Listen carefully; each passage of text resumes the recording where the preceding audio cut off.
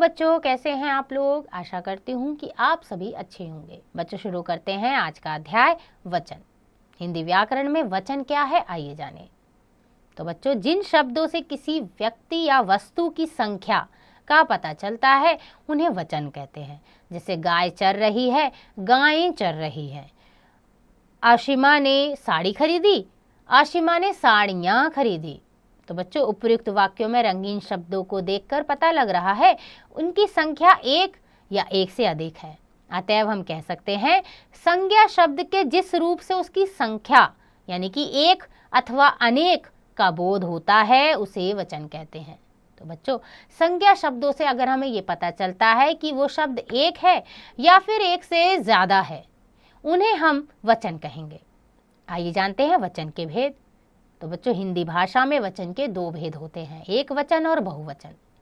एक वचन यानी संज्ञा शब्द के जिस रूप से उसके एक होने का बोध होता है उसे एक वचन कहते हैं। जैसे कि गमला, पंखा, लड़की, लड़का, कलम, गाय, भैंस आदि। बहुवचन संज्ञा शब्द के जिस रूप से उसके एक से अधिक अर्थात अनेक होने का बोध होता है उसे बहुवचन कहते हैं। जैसे गमले, पंखे, लड़कियां, लड़के, कलमें, गायें, भैंसें आदि। वचन की पहचान कैसे करते हैं बच्चों? वचन की पहचान दो तरीके से की जा सकती है। पहली, संज्ञा सर्वनाम शब्दों द्वारा। जब संज्ञा या सर्वनाम शब्द एक या अनेक का बोध कराते हैं, जैसे यह मेरा कपड़ा है, एक वचन, ये मेरे कपड़े हैं, बहुवचन। मैं कल जयपुर गया था, एक वचन।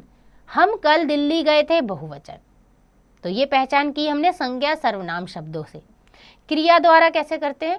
कुछ संज्ञा शब्द ऐसे हैं जिनका एक वचन और बहुवचन रूप समान होता है। ऐसे में वचन की पहचान क्रियापदों के द्वारा की जाती है। जैसे शेर भाग रहा है, ये एक वचन, शेर भाग रहे हैं, बहुवचन। डाकू पकड़ा गया, एक वचन, डाकू पकड़े गए, बहुवचन।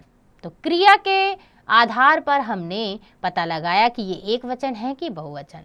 इसे भी समझिए बच्चों, इन वाक्यों में संज्ञा शब्दों के रूप दोनों वचनों में समान है, लेकिन इन वाक्यों के क्रियापद दोनों वचनों में भिन्न है। जैसे रहा है, रहे हैं, पकड़ा गया, पकड़े गए आदि।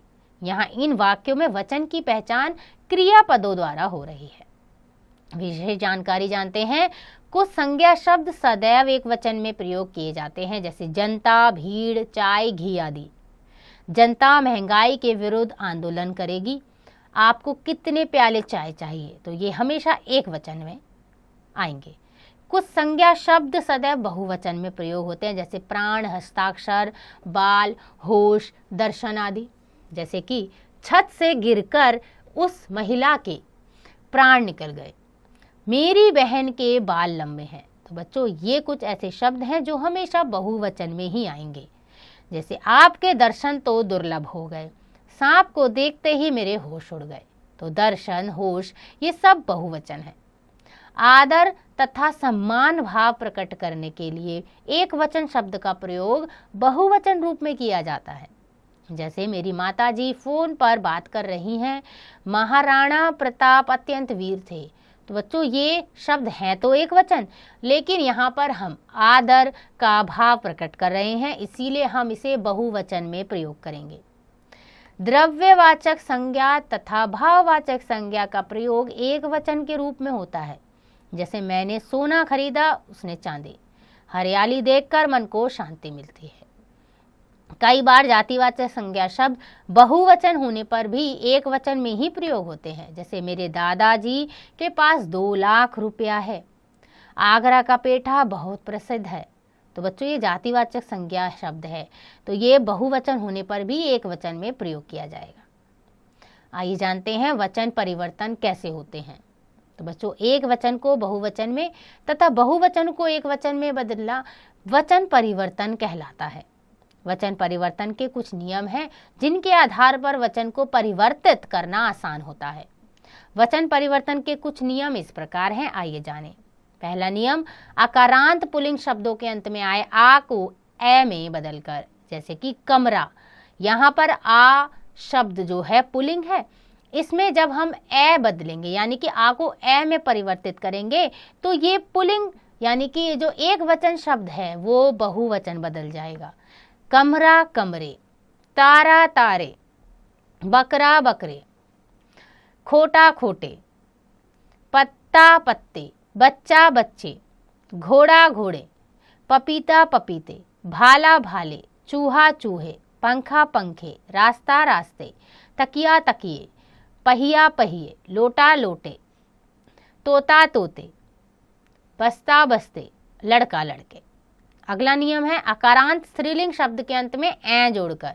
जैसे कि बच्चों कला, कला एक स्त्रीलिंग शब्द है, इसमें हम ऐ जोड़ देंगे तो ये एक वचन से बहुवचन बन जाएगा। कला कलाएं, गाथा गाथाएं, माता माताएं, कन्या कन्याएं, जटा जटाएं, माला मालाएं, कथा कथाएं, परीक्षा परीक्षाएं, लता लताएं, कविता कविताएं, पुस्तिका पुस्तिकाएं, रेखा रेखाएं, गायिका गायिकाएं, महिला महिलाएं, शीला शीलाएं। अकारांत स्त्रीलिंग शब्द के अंत में आए अ को ए में बदलकर, जैसे अदालत अदालतें, तलवार तलवारें, मेज मेजें, गाय गायें, दीवार दीवारें, राह राहें, चाल चालें, बाह बाहें, सड़क सड़कें, झील झीलें, बहन बहनें, सलाख सलाखें। या अंत वाले स्त्रीलिंग शब्दों को या में बदलकर, जैसे कुटिया, कुटिया एक वचन है, जब इसमें या जोड़ देंगे तो ये कुटिया बहुवचन में बदल जाएगा। चिड़िया चिड़िया, डालिया डालियां, खटिया खटियां, चूहिया चूहियां, पुड़िया पुड़िया, गुड़िया गुड़िया, चुटिया चुटियां, बुढ़िया बुढ़िया। इकारांत और ईकारांत स्त्रीलिंग शब्द के अंत में ई और ई को इया में बदलकर, जैसे गति गतियां, ककड़ी ककड़ियाँ, थाली थालियाँ, जाति जातियाँ, कली कलियाँ, नारी नारियाँ, तिथि तिथियाँ, कुर्सी कुर्सियाँ, नदी नदियाँ, निधि निधियाँ, खिड़की खिड़कियाँ, पगड़ी पगड़ियाँ, पंक्ति पंक्तियाँ, चाबी चाबियाँ, मक्खी मक्खियाँ, रीति रीतियाँ, चारपाई चारपाइयाँ, मछली मछलियाँ। उकारांत और उकारांत स्त्रीलिंग शब्द के अंत में आए उ और उं को उए में बदलकर, जैसे ऋतु ऋतुएं, धातु धातुएं, वस्तु वस्तुएं, जू जुएं, धेनु धेनुएं, वधु वधुएं। एक वचन शब्दों के अंत में गण वृंद जन और वर्ग जोड़कर भी हम एक वचन को बहुवचन बना सकते हैं, जैसे कि कवि एक वचन, कविगण बहुवचन, छात्र छात्रगण, प्रिय प्रियजन, खग खगवृंद, नेता नेतागण, मुनि मुनिगण, गुरु गुरुजन, प्रजा प्रजाजन, युवा युवा वर्ग।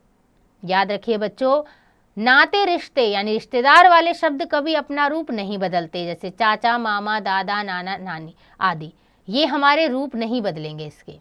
तत्सम अकारांत शब्द तथा अन्य कुछ शब्दों में ए का प्रयोग नहीं होता और उनके एक वचन और बहुवचन रूप एक ही होते हैं, जैसे योद्धा लड़ता है, योद्धा लड़ते हैं, राजा राज्य करता है, राजा राज्य करते हैं। तो बच्चों ये तत्सम जो आकारांत शब्द हैं, इनमें एक वचन से बहुवचन को नहीं बदला जा सकता। कुछ शब्दों के एक वचन और बहुवचन रूप समान होते हैं, जैसे कि क्रोध, देवता, पानी, क्षमा आदि। जिन पुल्लिंग शब्दों के अंत में आ नहीं आता उनका रूप बहुवचन में नहीं बदला जाता। बहुवचन बनाना हो तो उनके आगे संख्यावाची शब्द लगाते हैं, जैसे एक पेड़, तीन पेड़, एक हाथ, दो हाथ।